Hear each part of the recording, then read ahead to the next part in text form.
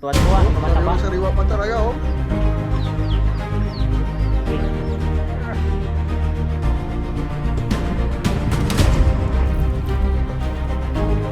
Putian. Wah.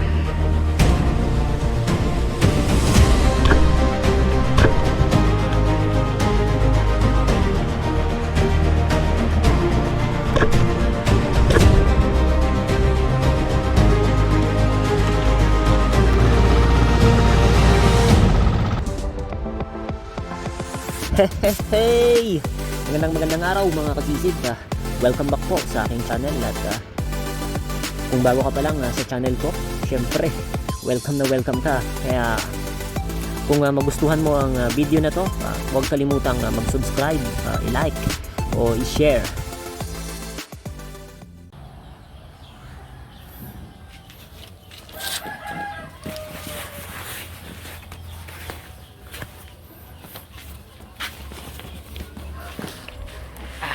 Let's go.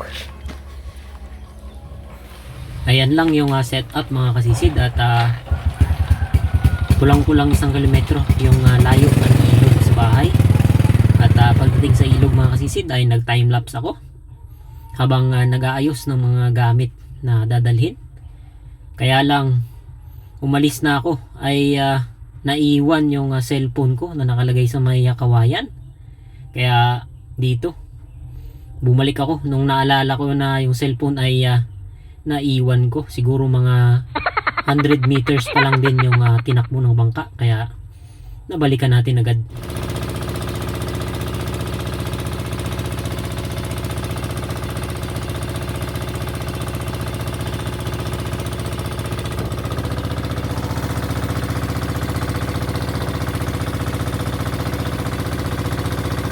Mga 45 minutes hanggang 1 oras depende sa takbo yung ilog na binaybay ko palabas ng dagat mga kasisid.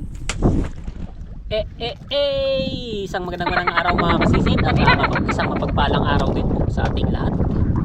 At ngayong araw ay samahan nyo ako, mamamana ako at ang goal ay makaipon ng isda para maibenta natin sa ating mga kapitbahay ng mura at sariwa mga kasisid. Wow! Lalagay natin dyan sa ice box. Meron tayong dalang ice. At dito rin ako matutulog mamaya. Kaya stay tuned mga kasisid. Ngayon ay ang problema ko ay ulam. Wala akong ulam. Kaya hanap tayo ng mauulam. At kung merong ibang isda na magpapakita ay diretso sa ice box yan. Suit up lang ako mga kasisid. Dahil mamaya palubog na naman yung araw. Time check 12:45.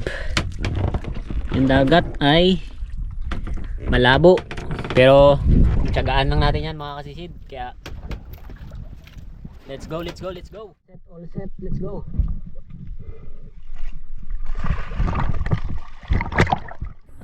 Pagkatapos ng ilang dives mga kasisid o warm up ay natuntun ko itong bahay ng Maori Sea Perch kahit na medyo malabo. At dito lumapit sa akin, pwede na sanang kalabitan pero naalanganin pa ako mga kasisid. At kumpiyansa ako dito na maamo yung kanlay na ito, kaya hindi agad papasok sa kanyang bahay.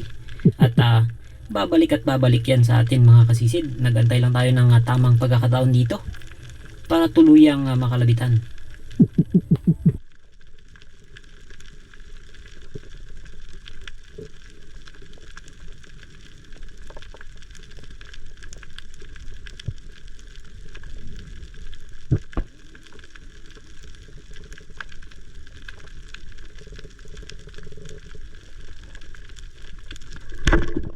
Isang napakagandang patama mga kasisid. Hindi nakagalaw, kala ko na spine shot o na stone shot. Pero yun pala, tumusok lang sa may corals. At nung pumalag-palag ng paghila ko ay nakawala. Hindi tumagos yung sima mga kasisid dahil tumusok sa bato yung dulo. Sayang.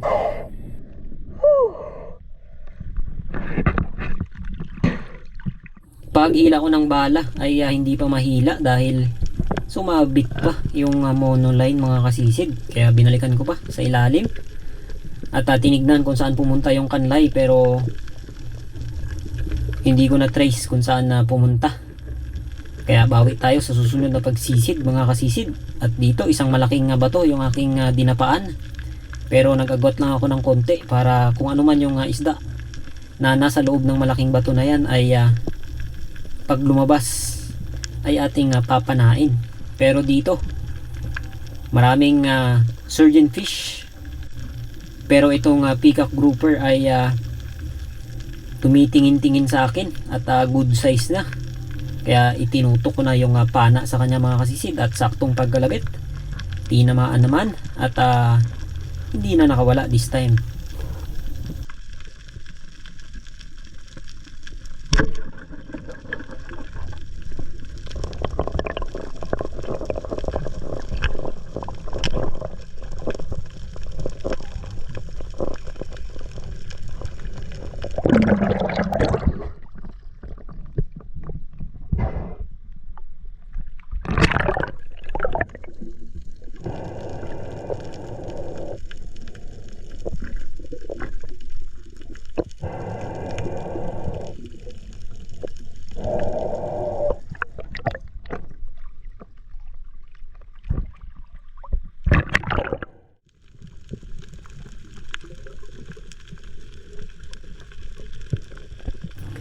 Next dive mga kasisid ay marami akong isdang nakikita, pero itong putian ay masyadong nagpapapansin sa akin mga kasisid. Good size na, pero hindi natin yan pinapansin pa dahil meron tayong nakikitang bluefin trevally at suran sa di kalayuan. Kaya pili-pili tayo dito mga kasisid ng ating papanain. Pero itong putian talaga ay inaakit ako ng gusto, pero hindi natin yan pinapansin mga kasisid dahil doon sa unahan yung paborito ng bayan ay yun yung gustong gusto kong panain dahil malaki na, hanggang sa wala tayong nakalabitan dito mga kasisid.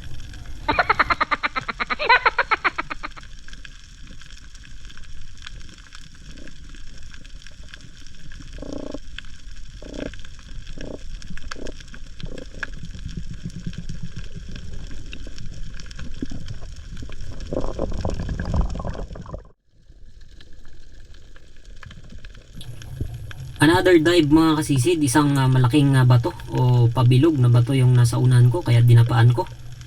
At dito maraming isda agad yung lumapit nung nakarating ako sa seabed, at sari-saring isda yung nandito mga kasisid. Merong trevally o yung putian na kulay dilaw, ayan, at surgeon fish, good size na rin.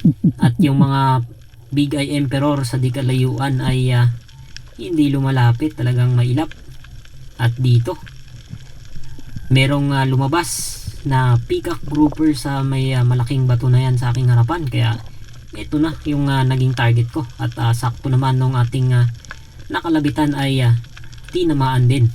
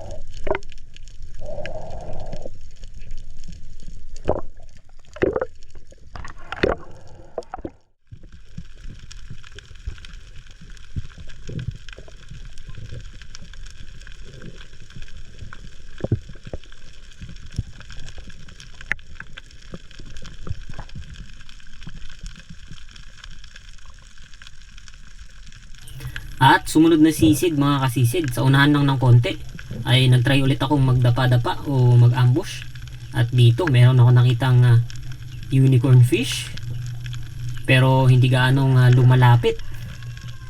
At inantay pa natin dito ang mga ibang isda na pwede nang mapana, hanggang sa dito nga meron ng putian, 2 piraso, o isang uri rin ng tribali. Ito yung yellow spotted tribali, pero yung target ko talaga dito mga kasisid ay yung suran.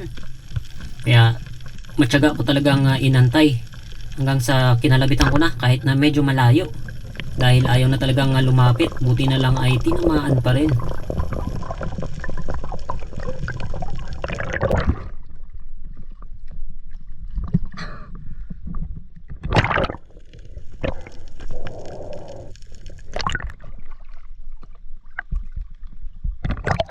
Ang unicorn na ito ay isang slender unicorn mga kasisid. Medyo kulay gray yung kanyang kulay.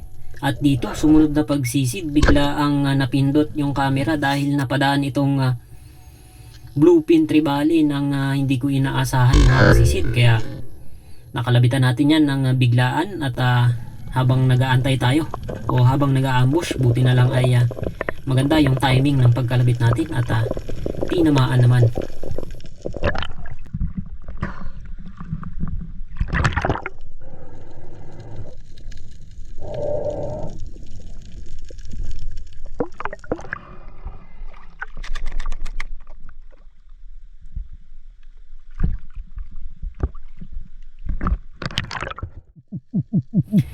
Next dive mga kasisid, dito na ako banda sa may medyo mababaw. Halos 3 dipa na lang ito yung spot na to. At dito meron ako nakitang samaral, pero biglang lumabas itong malaking pating, isang black tip shark mga kasisid. Meron kasamang bluefin tribali, pero biglang lumayo na rin yung pating. At paglingon ko sa aking kaliwa, meron pang red bass na hindi naman ganun kalaki. At yung samaral dito mga kasisid, ito na yung naging target ko sana, pero biglang kumaripas naman yung kanilang paglangoy. At nagantay pa ako ng ilang saglit, biglang merong dumaan na putian dito mga kasisid o tribali na malaki. Kaya ito na yung pinana ko, pero ito ang nangyari.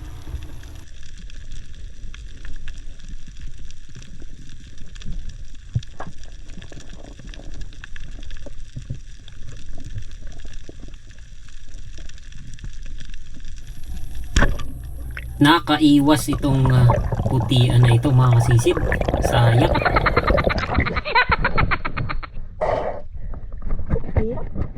At isang biglaang kalabit na naman, isang bluefin tribali, pero mas malaki ito sa kanina. Buti na lang mga kasisid ay doon agad nakatutok yung ating pana at hindi siya sa likod o sa gilid dumaan. Kaya agad-agad natin itong nakalabitan ng napakalapit mga kasisid. Kaya ayan, dire-diretso hanggang tali at ipinasok niya pa doon sa may ilalim ng bato. Buti na lang ay dito lang ako sa may mababaw.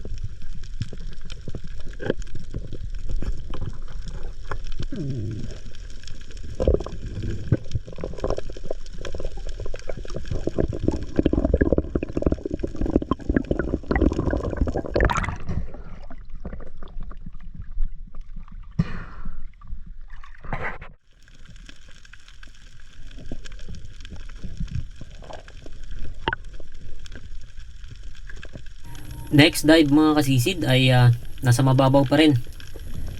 Dito meron ako nakitang rabbit fish na hindi gumagalaw. Nandito lang siya sa gilid ng bato. Kaya Kinalabitan ko na yan mga kasisid. At pagdating naman sa unahan, another rabbit fish na naman yung ating nakalabitan dito. Kaya nakadagdag tayo ng dalawang samaral. At bago bumalik ng bangka, dahil meron ng agos ng mga oras na ito, at mabigat na yung aking daladala, dahil marami-rami na rin yung ating napana dito. Mahirap na siya hilain mga kasisid, kaya hinatid ko muna sa bangka.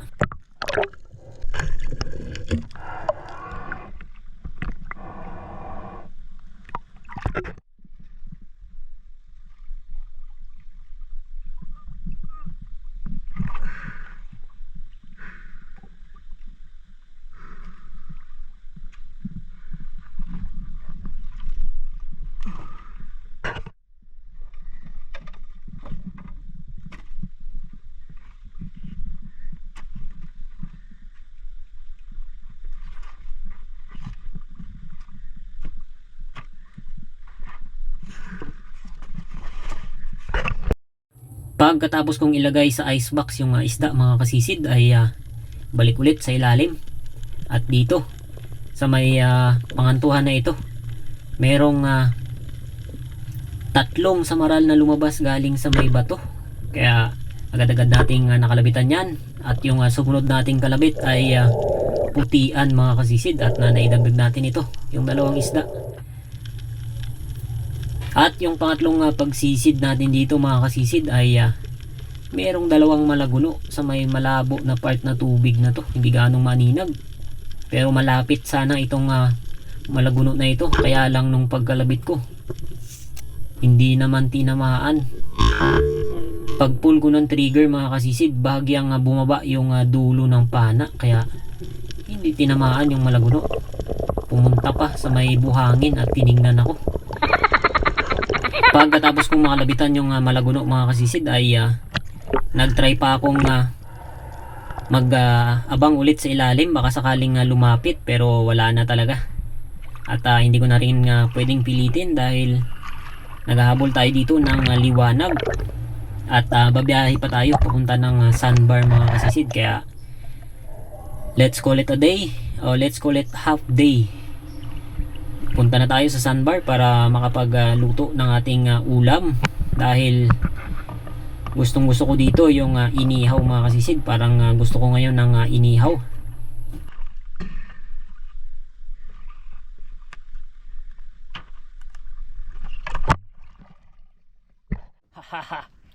Kahon lang mga kasisid. Ngayong hapon, palubog na yung araw. Meron na akong kanin, pero wala pa akong ulam, kaya punta tayong sandbar para mag ihaw. Gusto ko ng manginasal. Ang ating huli, kadagdag tayo tatlo.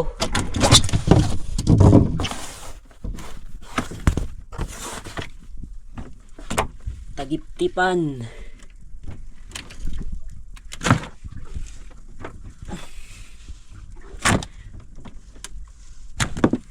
Putian. Okay, let's go, let's go.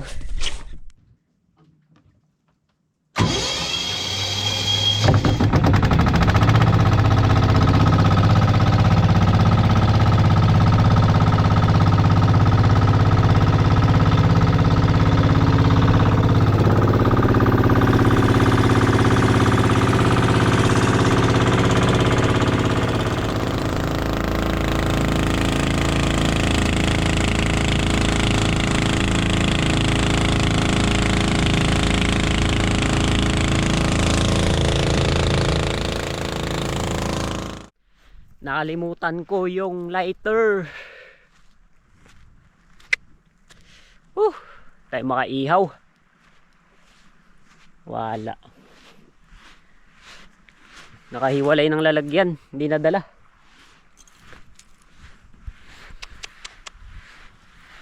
Ay, sayang.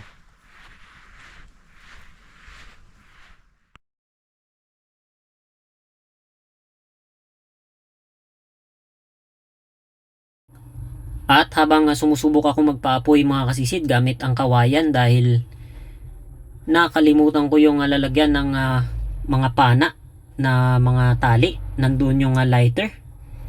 Kaya eto, sinusubukan ko nga magpapoy gamit ang kawayan.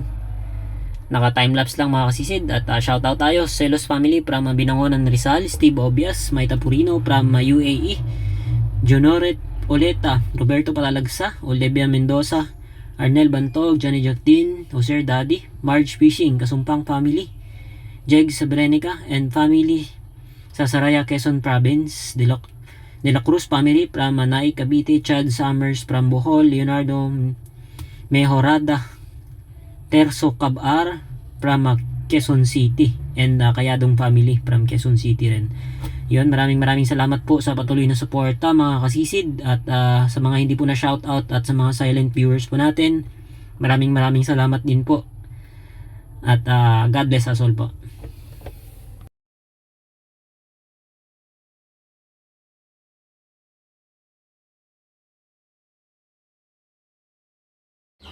Nakailang subok ako dito mga kasisid, pero epic fail. Napakahirap dahil medyo basa pa yung kawayan na aking ginamit. Kaya at ito rin yung first time ko na itry itong paggawa ng apoy gamit ang kawayan. Pero inabot na tayo dito ng dilim. Hindi tayo nakapagpaapoy mga kasisid, kaya ang ending ito.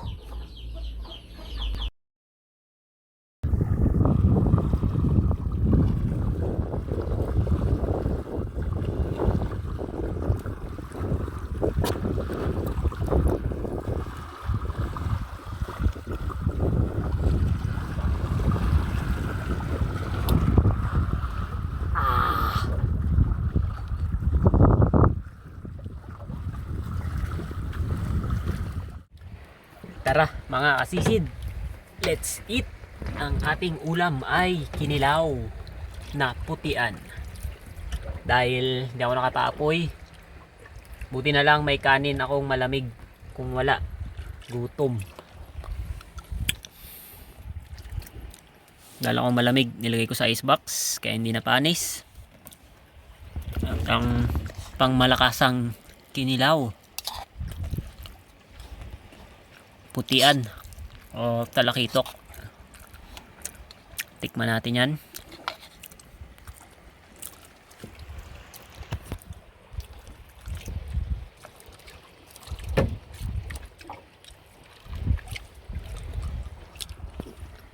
Yummy.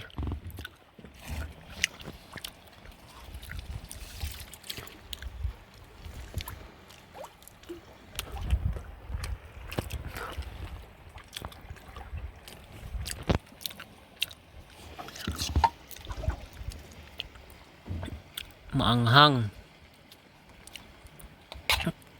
Sarap na anghang sa lamig. Good morning mga kasisid. What a nice view. Wow.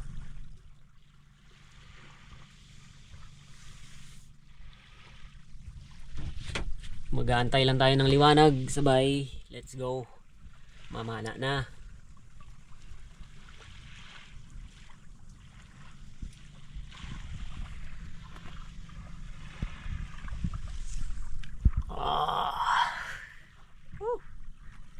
Sarap ng tulog, kalma.